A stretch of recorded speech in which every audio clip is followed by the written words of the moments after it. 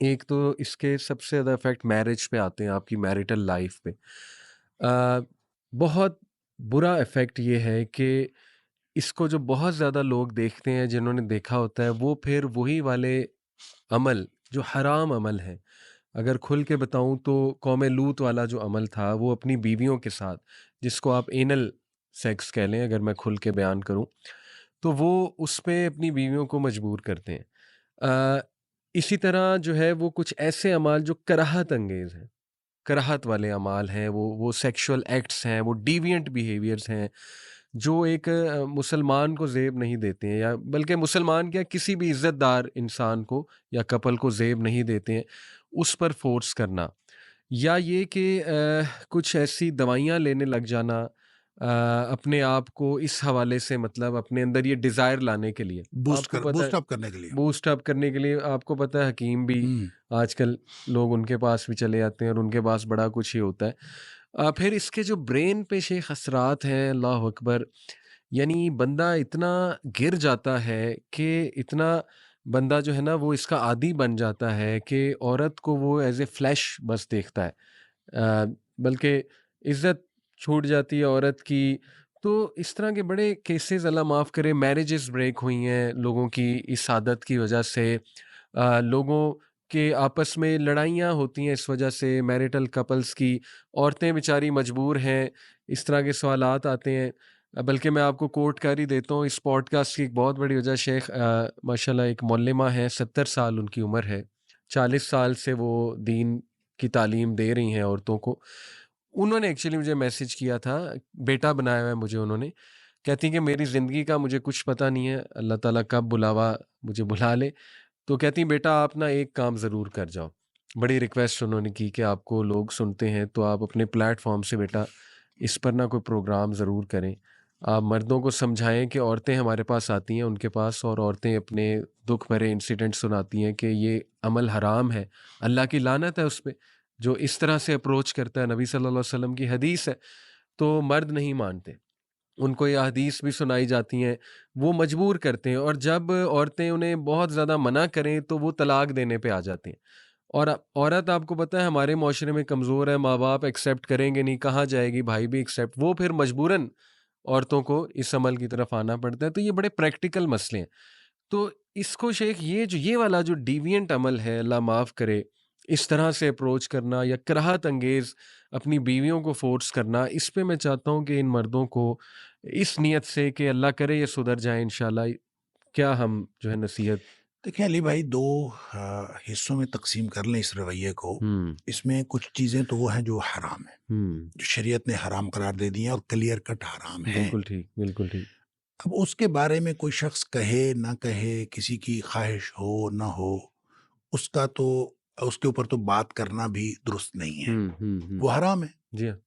अब ज़ाहिर है कि अगर जिसको आप एनल सेक्स कहते हैं, हुँ, हुँ, हुँ। ये शरीयत ने हराम करार दिया जी है हाँ, जी और हाँ। जो करने वाला है वो लानती है। जानते हैं। और फिर जो शख़्स करता है, हुँ। उसके बारे में बाकायदा सज़ा है। अच्छा। और इसके ऊपर बड़ी जो स्कॉलर्स की डिस्कशन है कि उसको सज़ा क्या दी जाएगी। अल्लाह! और उसके लिए सज़ा के बारे में भी बाज़ बाज़ लोगों का ख़्याल ये है कि अगर कोई शख़्स अपनी बीवी के साथ इस तरह की हरकत करता है तो उसको पहली दफ़ा छोड़ दिया जाएगा। अगर कोई हुँ, कंप्लेंट आ जाती है ठीक है। तो उसको पहली दफ़ा छोड़ दिया जाएगा।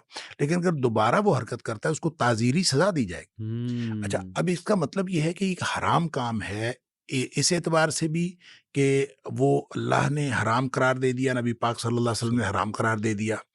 और दूसरी बात जब यानी मुआशरे के एतबार से भी गोया वो एक जुर्म है। इसीलिए सज़ा उसी चीज़ पे होती है जो मुआशरती एतबार से कोई चीज़ जुर्म होती है। हुँ। तो अगर उसकी कंप्लेंट होती है तो उसके ऊपर जो है वो सज़ा है। जी हाँ। लिहाज़ा हराम को तो आप बिल्कुल, ये तो एक डेडलाइन है, हुँ, उसकी तरफ तो हम जा नहीं सकते। हुँ। वो कोई शख़्स ख़्वाहिश करे या ना करे, उसको इसका मतलब जो ये है कि वो अल्लाह ताला की नाफ़रमानी की ख़्वाहिश कर रहा है हुँ, हुँ, और हुँ। अल्लाह के रसूल सल्लल्लाहु अलैहि वसल्लम की नाफ़रमानी की ख़्वाहिश कर रहा है। सही। और अगर वो ऐसा कर रहा है, तो उसको तो हर सूरत में रोकना पड़ेगा और बीवी हुँ, को स्टैंड लेना चाहिए। हुँ, अगर बीवी स्टैंड नहीं लेती उसके सामने, हुँ। तो बीवी गलत कर रही है। उसको स्टैंड लेना चाहिए, सही। आखिर मुआशरा है, हम मुआशरे के अंदर रहते हैं और कोई न कोई उसको कहने वाला, उसका बड़ा, उसका कोई भाई, उसका बाप, मर्द को कहने वाला, तो बीवी को स्टैंड लेना चाहिए और अपने जो रिश्तेदार हैं उनको उनके साथ इन्वॉल्व कर लेना चाहिए, अच्छा। और किसी सूरत इस बात को तस्लीम नहीं करना चाहिए। जो हराम है वो तो हराम। ठीक। अब रह गई दूसरी जो कराहत वाले अमाल हैं, और जिसकी तरफ आपने इशारा किया, और ज़ाहिर हम इशारा ही कर सकते जी हैं, हाँ। उसकी तफसील शायद जी। मीडिया के ऊपर बयान नहीं हो सकती। उसमें मैं ये समझता हूँ कि कल्चरल डिफरेंसेस हैं, और जो क्रॉस कल्चरल मैरिजेस हो रही हैं जी। उसके अंदर ये मामला ज़्यादा आ रहा है कि आप ज़ाहिर है कि एक लड़का जो है वो वेस्ट का है और लड़की ईस्ट की है, और उसकी आप शादी करेंगे तो लड़के की जो ओरिएंटेशन है वो और है, हाँ। और लड़की की ओरिएंटेशन और है। सही, सही। वहां ये प्रॉब्लम होगा। अच्छा, उसमें फिर जाहिर है आपको लिमिट्स तय करनी पड़ेंगी, लड़का लड़की को आपस में लिमिट्स तय करनी सही, चाहिए, सही। क्या किया जा सकता है और क्या नहीं किया जा सही। सकता। अब वो लिमिट्स जो हैं वो शरीयत ने नहीं लगाई, शरीयत ने वो लिमिट लगाई है जो हराम की है, और हराम की लिमिट को आप एक तरफ रख दें, उसके ऊपर तो कोई डिबेट है ही नहीं बिल्कुल ना, ठीक, उस बिल्कुल पर ठीक। तो बात नहीं हो सकती। और जो कराहत वाले अमाल हैं, कराहत वाले अमाल सिर्फ उसकी कराहत है, जी। उसको वो हराम नहीं है। समझ। और जब वो हराम नहीं है तो इसका मतलब ये है कि मियाँ बीवी को बाहमी तौर पर उसमें ये तय करना चाहिए कि क्या इंसानियत के लिए दुरुस्त है और क्या इंसानियत के लिए दुरुस्त नहीं है, और किस चीज को हम इंसानी अमल कह सकते हैं और किस चीज को हम इंसानी अमल नहीं कह सकते। सही, सही। लिहाजा उसमें जो कराहत की जो लाइन है, डेड लाइन है, वो आपने खुद क्रिएट करनी है। बिल्कुल ठीक। मियाँ बीवी खुद क्रिएट करें, आपस में बात करें, और आपस में बात करके उसकी एक आपस में बाहमी तौर पर एक लाइन क्रिएट कर लें कि हमने ये करना है और ये नहीं करना। जी। अब उसमें मैं ये समझता हूँ कि खामखा किसी औरत को भी उसके अंदर जिद नहीं लगानी चाहिए कि चूंकि ये बात तुम कह रहे हो और ये बात कराहत वाली है, मुझे देखें, जब आप इस कराहत को मेयार बनाएंगे ना, जी हाँ। तो कराहत इज नथिंग।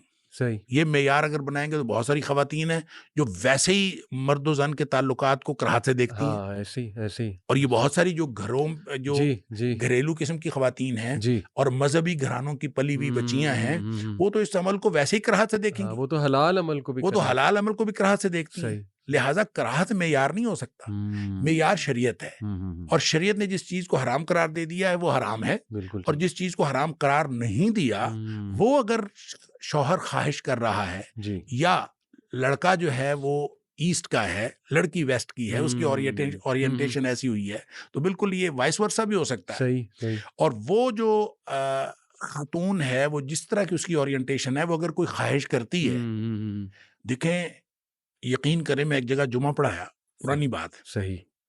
तो जुमे के बाद एक कोई 60-65 साल का या शायद 70 साल का होगा आदमी, वो मुझे ले गया एक तरफ, मुझे कहता है, पंजाबी में उसने कहा कि मैं तेरे मगर जुमा पढ़िया तो मैनू लगता है तेन मसले दा वल है। अच्छा। मतलब आप बता सकते हैं मसला। सही। मुझे उसने एक ऐसा मसला पूछा जो असल में मसला था ही नहीं, अच्छा। मियाँ बीवी के बाहमी ताल्लुक का मसला। ठीक है, ठीक। और उसने कहा, पता क्या कहा, मेरी बीवी कहती है ऐसे करो, और मैं उसको कहता हूँ ये हराम है, सही, सही। तो आप बताओ कि वो हराम है कि नहीं। मैंने कहा बिल्कुल हराम नहीं है, जो आपकी बीवी कहती है वो बिल्कुल ठीक कहती है। ठीक, ठीक। हैरान हो गया, कहता मेरी तो फिर उम्र जाया हो गई। अच्छा।